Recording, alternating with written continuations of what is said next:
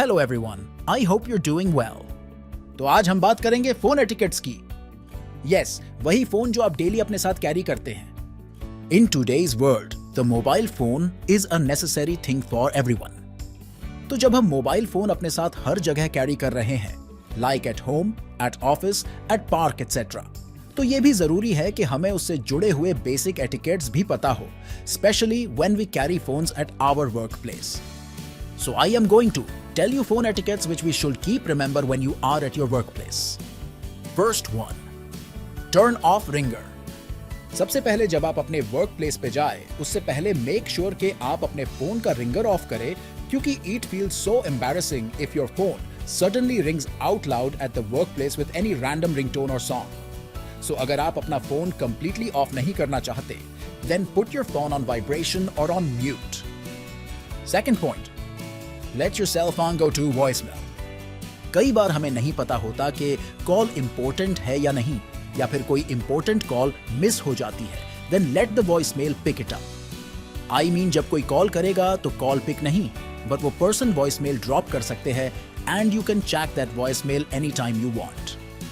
Third point, your cell phone only for important calls. Work place पर अपना cell phone सिर्फ important calls के लिए ही यूज करें। I mean, don't use your phone for unnecessary calls like to gossip with your friend or family. I guess you all have a fair idea which call is important or which is not, so pick up the calls wisely at work. Fourth point, find a private place to make cell phone calls. Yes, आप अपना cell phone अपने work place पर use कर सकते हो। However, make sure कि आप अपने पर्सनल कॉल्स अपने वर्क डेस्क से दूर जाकर करें, और try to find a private place which should be away from your work desk, ताकि आपकी पर्सनल कॉन्वर्सेशन कोई और न सुने या आपकी प्राइवेट कॉन्वर्सेशन ऑफिस गॉसिप न बने, because no one likes if this thing will happen with anyone. Fifth point, don't bring your cell phone to meetings. अपना सेल फोन मीटिंग्स में न ले जाए until and unless it's important. अगर meeting में अपना सेल फोन unnecessarily यूज करेंगे, then it's not good.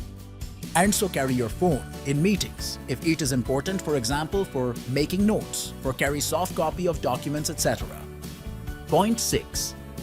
Don't bring your cell phone into restroom.